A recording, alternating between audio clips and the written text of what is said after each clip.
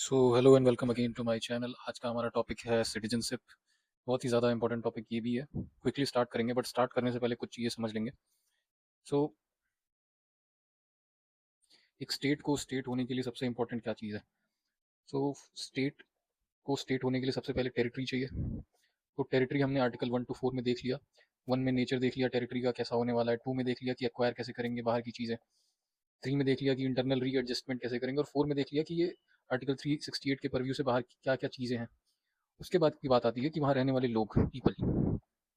अब उस टेरिटरी में एक टाइम पे दो तरह के लोग आपको मिल सकते हैं। First will B citizens, another will be aliens. समझते हैं सिटीजन्स क्या होते हैं और एलियंस क्या होते हैं। सिटीजन्स मतलब वी ऑल नो सिटीजन्स की डेफिनेशन लिखी हुई है, जो कि आर्टिकल 5 से आर्टिकल 11 में लिखी हुई हैं ये चीज़ें। उनमें बताया हुआ है कि eight the commencement of the constitution 26 जनवरी 1950 के टाइम पे कौन कौन सिटीजन होगा। और आगे जो आर्टिकल 11 है हमारा, उसमें लिखा हुआ है कि parliament can make amendments regarding the citizenship of India. उसका यूज़ करके 1955 का कॉन्स्टिट्यूशनल अमेंडमेंट एक्ट आया था। उसमें बताया था कि कौन कौन सिटीजन्स होंगे और एक्वायर कैसे किया जा सकता है, और कोई आदमी अपनी सिटीजनशिप लूज किन ग्राउंड पे कर सकता है। फिर बात आती है एलियंस की। Aliens are also of two types. First will be friendly aliens, second will be enemy aliens. क्या डिफरेंस है? फ्रेंडली मतलब जिन देशों के साथ हमारे रिलेशन है वो कॉर्डियल है, मतलब एनिमिटी कुछ नहीं है, उनके साथ वॉर नहीं चल रहा है या कुछ इंटरनल रिग्रेशन नहीं चल रहा है और कोल्ड वॉर नहीं चल रहा है। They are called as friendly aliens. Enemy aliens क्या होते हैं? जिनके साथ हमारा वॉर चल रहा होता है। अब इन दोनों में डिफरेंस वैसे तो बहुत सारे हैं, बट मेनली ये डिफरेंस कहा जा सकता है कि article 22 is not applied to enemy aliens. बाकी पावर्स, बाकी चीज़ें जो है फंडामेंटल राइट्स, बाकी एनिमी एलियंस के लिए, जो भी फॉरेनर्स के लिए फंडामेंटल राइट्स हैं, वो एनिमी एलियंस के लिए मे बी प्रेजेंट और हो सकते हैं, नहीं भी हो सकते हैं, बट फ्रेंडली के लिए जो भी अवेलेबल है हम दे रखे हैं फॉरेनर्स को, वो सारे मिलेंगे आपको। अब बात आती है कौन कौन से राइट्स हैं जो सिर्फ सिटीजन्स के लिए अवेलेबल हैं। तो ओनली सिटीजन्स के राइट्स हैं आर्टिकल 15, 16, 19, 29 एंड 30। वैसे डिटेल में इसको बाद में हम करने वाले हैं फंडामेंटल राइट्स चैप्टर में, जो कि हमारा नेक्स्ट टॉपिक होगा। 15 में बात की गई है कि डिस्क्रिमिनेशन नहीं करेंगे। 16 में पब्लिक एम्प्लॉयमेंट की बात की गई है। 19 में फ्रीडम की बात की गई है। और 29 30 में माइनॉरिटीज़ के से रिलेटेड बात की गई है। इसको आगे देखेंगे। तो इतनी चीज़ इज क्लियर। और कुछ और भी चीज़ें हैं सिटीजन से रिलेटेड जो एलियंस के पास नहीं है। क्या है? Right to vote only citizens के पास अवेलेबल है। दूसरा, रिप्रेजेंटेशन, मतलब कि आप अगर खुद को इलेक्ट करवाना चाहते हैं किसी भी हाउस में, इधर लोकसभा और राज्यसभा, तो you need to be citizen of India. तीसरी चीज़, जो हायर ऑफिसेज हैं, like higher offices like president, vice president, then जजेस of high court, supreme court, और अटर्नी जनरल और एडवोकेट जनरल, इन सब चीज़ों के लिए आपको सिटीजन होना इंपॉर्टेंट है। और भी बहुत सारी क्वालिफाइड चीज़ें इन आर्टिकल्स में अवेलेबल हैं, but this is enough information for us and it is relevant for all examination, one day examination, either you can say railway, banking, SSC, PCS. तो हर एग्जामिनेशन की इतनी information is enough.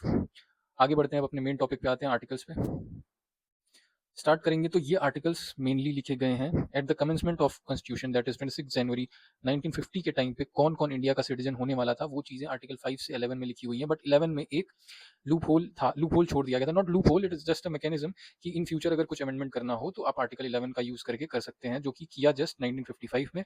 Congress government ने ये add किया कि किसी को अगर एक्वायर करना हो सिटीजनशिप तो क्या किन ग्राउंड्स पे एक्वायर कर सकता है, और अगर कोई लूज करता है सिटीजनशिप तो किन ग्राउंड पे लूज कर रहा है। Quickly we will understand article 5 to 11। तो आर्टिकल 5 में लिखा हुआ है सिटीजनशिप बाई डोमिसाइल। डोमिसाइल का मतलब समझेंगे।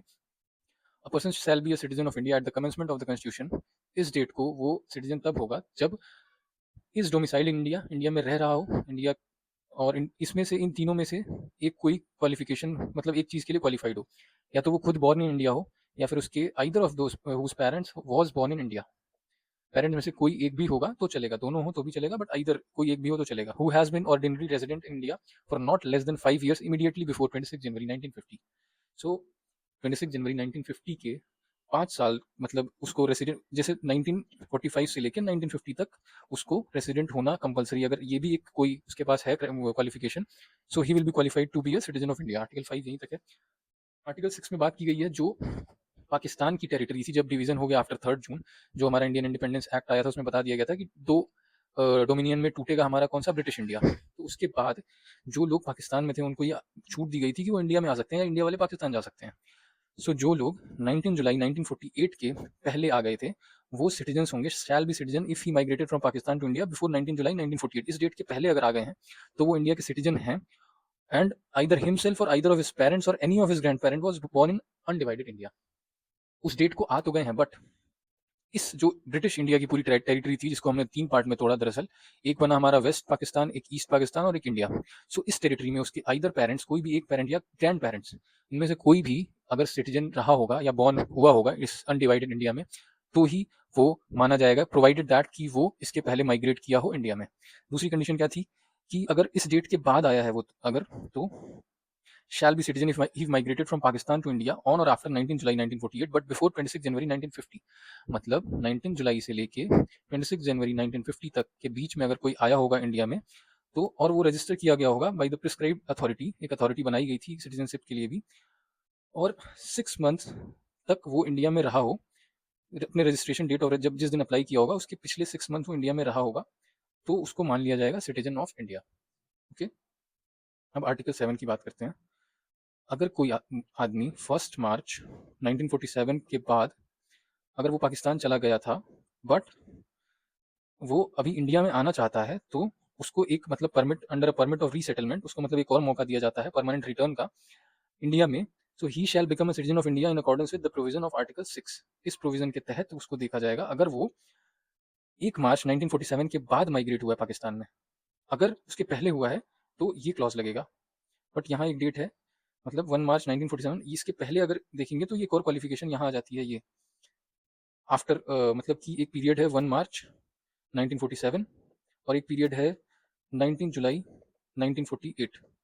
इस पीरियड के बीच में जो आएगा उसको, और अगर उसके कोई भी ग्रैंड पेरेंट मतलब ये कंडीशन नहीं फुलफिल करता है तो वो देखा जाएगा मतलब कि कौन सा आर्टिकल उसके लिए सही बैठ रहा है। ओके, आर्टिकल 8 जो इंडिया में नहीं रिसाइड करते हैं और इंडियन सिटीजन्स हैं उनके लिए भी चीज़ें लिखी हुई हैं, that is called as NRI, जो एनआरआई कहे जाते हैं। सो आइदर हिमसेल्फ और आइदर ऑफ हिज पेरेंट, या तो वो खुद या तो उसके कोई भी पेरेंट्स और any of his grand parents undivided India में अगर बॉर्न हुए हो तो उसको इंडियन ओरिजिन का मतलब उसको एनआरआई की कैटेगरी में उसको रखा जाएगा। And he or she is registered as a citizen of India by the diplomatic or consular representative of India in that country। Let's say कोई अमेरिका में रह रहा है और उसके पेरेंट्स या वो खुद या ग्रैंड पेरेंट अनडिवाइडेड इंडिया में बॉर्न है और वो अपना रजिस्ट्रेशन उस कॉन्सुलेट में कराता है तो उसको एनआरआई की कैटेगरी में डाल दिया जाएगा, इंडियन सिटीजनशिप उसके पास रहेगी। ओके, आर्टिकल 9 में कहा जाता है कि इसमें डुअल सिटीजनशिप की बात की गई है कि अगर जैसे ही आप डुअल सिटीजनशिप लेंगे तुरंत आपकी नागरिकता इंडिया की खत्म कर दी जाएगी, यानी कि सिंगल सिटीजनशिप का प्रावधान इंडिया में बस है जो कि यूके से लिया गया था, यूके की कॉन्स्टिट्यूशन से। और आर्टिकल 10 में वही जो लिखी हुई हैं चीजें, the right of citizenship of all person who are citizens of India by virtue of the provision of article 5 to 9 shall continue subject to the provisions of any law that parliament may make. 5 से 9 तक वो continue रहेगा, और मतलब कि कोई law अगर government लाती है तो उसके हिसाब से चेंजेस किए जाएंगे, और जो लॉ मेकिंग बॉडी है वो पार्लियामेंट को सुप्रीम पावर दी गई है कि कॉन्स्टिट्यूशन के लिए लॉ पार्लियामेंट बना सकती है। तो ये चीज़ें हो गई आर्टिकल 5 से 11 में। अब बात करते हैं जब हमारा पहला कॉन्स्टिट्यूशनल अमेंडमेंट एक्ट आया था, क्योंकि कुछ भी इसमें क्लियर पिक्चर नहीं दी गई थी कि किसी को इंडिया की सिटीजनशिप कैसे दी जाए या कोई कैसे लूज कर सकता है, तो इसके लिए हमें सिटीजनशिप अमेंडमेंट एक्ट लाना पड़ा। सो बाई 5 मैथड्स, 5 ऐसे तरीके हैं जिससे किसी को इंडिया की सिटीजनशिप दी जा सकती है, by birth, by descent, by registration, by naturalisation या बाई इनकॉर्पोरेशन ऑफ टेरिटरी। अगर वो आदमी 26 जनवरी 1950 के बाद पैदा हुआ है और वही कि उसके पेरेंट्स भी इंडिया के होने चाहिए या इंडिया के सिटीजन होने चाहिए, this is subject to condition of the act. बस इतना जानिए कि by birth someone can get citizenship of India, by descent also, descent मतलब कि इंडिया के बाहर वो पैदा हुआ है but either of his parent is a citizen of India. कोई बंदा मतलब उसकी लीनियज इंडिया से है पर उसके मतलब वो बाहर पैदा हुआ है पर उसके पेरेंट्स इंडिया के सिटीजन हैं, तो उसको उस बेसिस पे भी प्रोवाइडेड दैट इस चीज़ की बाकी क्वालिफिकेशन जो यहाँ नहीं मेंशन है उसको वो फुलफिल करेगा। बट हमें इतना ही जानना जरूरी है, बाई डिसेंट, बाई रजिस्ट्रेशन कुछ ऐसी कैटेगरीज हैं मतलब लोगों की जिसमें Indian origin, residing in India, spouse of Indian citizen, minor children, ये रजिस्ट्रेशन द्वारा उनको दिया जा सकता है सिटीजनशिप। बाई नेचुरलाइजेशन, नेचुरलाइजेशन मतलब a foreigner can become an Indian citizen by naturalization after fulfilling residence and other conditions specified in the act। कोई foreigner India का सिटीजन बन सकता है प्रोवाइडेड दैट कुछ ऐसी कंडीशंस दी हुई हैं वो उसको फुलफिल करे, अप्लाई करे, कुछ जितना साल दिया हुआ है उतना साल इंडिया में रहे तो उसको इंडिया की सिटीजनशिप दे दी जाएगी। By incorporation of territory, let's say कि इंडिया का किसी से वॉर होता है और यूएन की कुछ चीजें हैं जिस बेसिस पे कोई एक कंट्री दूसरी कंट्री की टेरिटरी एक्वायर करती है, उसको फुलफिल करते हुए इंडिया उस कंट्री की टेरिटरी ले लेता है, तो उस टेरिटरी में रहने वाले लोग इंडिया के सिटीजन्स कहे जाएंगे। सो ये 5 तरीके थे जिससे सिटीजनशिप मिल सकती है। अब लूज कैसे होती है? पहली बाई रिनंसिएशन। रिनंसिएशन मतलब कोई आदमी खुद से ही डिक्लेयर कर दे कि वो इंडिया का सिटीजन नहीं है और रेनन्सिएशन में जो चीज़ें दी हुई हैं उसको वो अप्लाई करके अपना खुद से त्याग कर सकता है इंडिया की सिटीजनशिप का। दूसरा तरीका है उसको टर्मिनेट किया जा सकता है। सो टर्मिनेट कब किया जाएगा? जब वो किसी और कंट्री की सिटीजनशिप ले लेगा। तीसरा तरीका डिप्राइवेशन, ओके। मतलब अगर किसी कंट्री से वॉर चल रहा हो, आप उस कंट्री की बड़ाई करने लगी या फिर कुछ फ्रॉड करके इंडिया की सिटीजनशिप ली हो या कुछ मतलब अपने आप को कुछ और बता के इंडिया की सिटीजनशिप ली हो, तो इन सब ग्राउंड्स पे आपको इंडिया की सिटीजनशिप से डिप्राइव किया जा सकता है। फिर एक टर्म आता है ओवरसीज सिटीजन ऑफ इंडिया। कुछ ऐसे नागरिक हैं जो हैं तो विदेश के नागरिक, बट उनको इस कैटेगरी में रखा जाता है फॉर देयर एडमिनिस्ट्रेटिव ईज। वो डुअल सिटीजनशिप के अंडर में नहीं आता है। वो किसी और कंट्री के सिटीजन हो सकते हैं, बट यहाँ के फुल्ली वो सिटीजन नहीं है। सिटीजन नहीं है मतलब वो वोट नहीं कर सकते हैं, इलेक्शन में नहीं लड़ सकते हैं, कॉन्स्टिट्यूशनल पोस्ट नहीं है उनके, ले सकते हैं कोई, और एमपी एमएलए का चुनाव नहीं लड़ सकते हैं। बट उनके फायदे क्या हैं ओसीआई कार्ड होने के? कि उनको multiple entry lifelong visa दे दिया जाता है, क्योंकि इंडिया में आने के लिए कई कंट्रीज़ को वीज़ा बनवाना पड़ता है। कुछ कंट्री ऐसी हैं जिनको नहीं भी बनवाना पड़ता है, बट उनको मल्टीपल एंट्री ऑफर होती है। Exemption from registration with police, police को रजिस्टर करने की जरूरत नहीं होती है। Parity with NRIs in economic, financial and educational field, मतलब एनआरआई की के बराबर की कैटेगरी में उनको रखा जाता है, उसको बोलते हैं OCI. They are not citizen of India and they are citizen of let's say any other country, but उनका काम ऐसा है कि उनको इंडिया में कई बार आना जाना पड़ता है and they are adding some values to the economy और सम सोशल वर्क्स और let's say anything, so they are given OCI card. उनको इतनी सुविधाएं भी दी गई हैं और इतनी चीज़ों से डिप्राइव भी किया गया है, ओके। अब कुछ नोट्स हैं, उसको ध्यान से देखेंगे। Citizenship is mention in part 2, okay, article 5 to 11। Only parliament can make laws, और कौन सी मतलब पार्लियामेंट होगी, मतलब लेजिस्लेचर लॉ बना सकता है, बट ओनली सेंटर का, स्टेट का नहीं। सिंगल सिटीजनशिप है इंडिया में, जैसे ही किसी और कंट्री का आपने सिटीजनशिप लिया, जैसे अक्षय कुमार साहब ने किया था, उनकी सिटीजनशिप रद्द कर दी गई थी इंडिया की।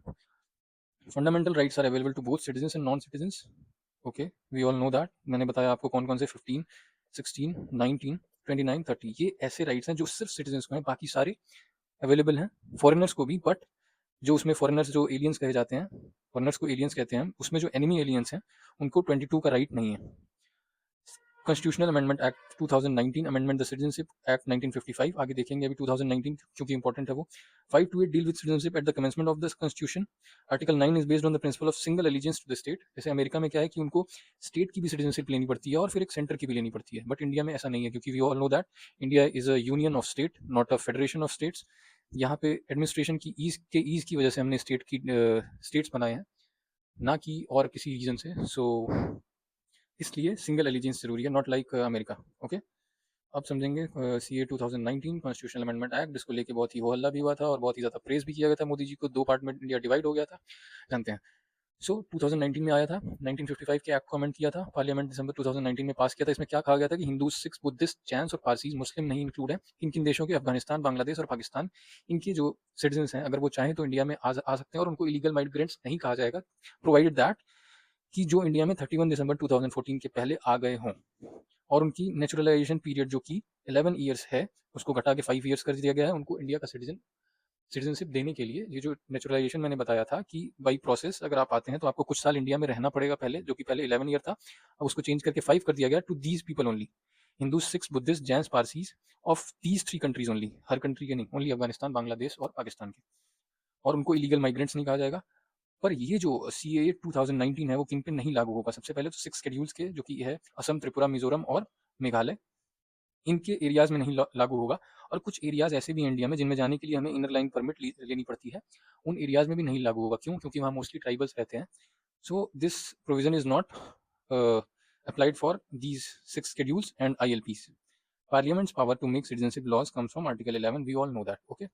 So this will be the end of this lecture, thank you. और इसके बाद मैं एक अब तक जितने भी टॉपिक पढ़े हैं उन पे रिवीजन के फ्लैश कार्ड्स लाने वाला हूँ, तो उनको ज़रूर देखिएगा। एक बार पूरा टॉपिक 1 to 6 रिवाइज हो जाएगा। Okay, thank you.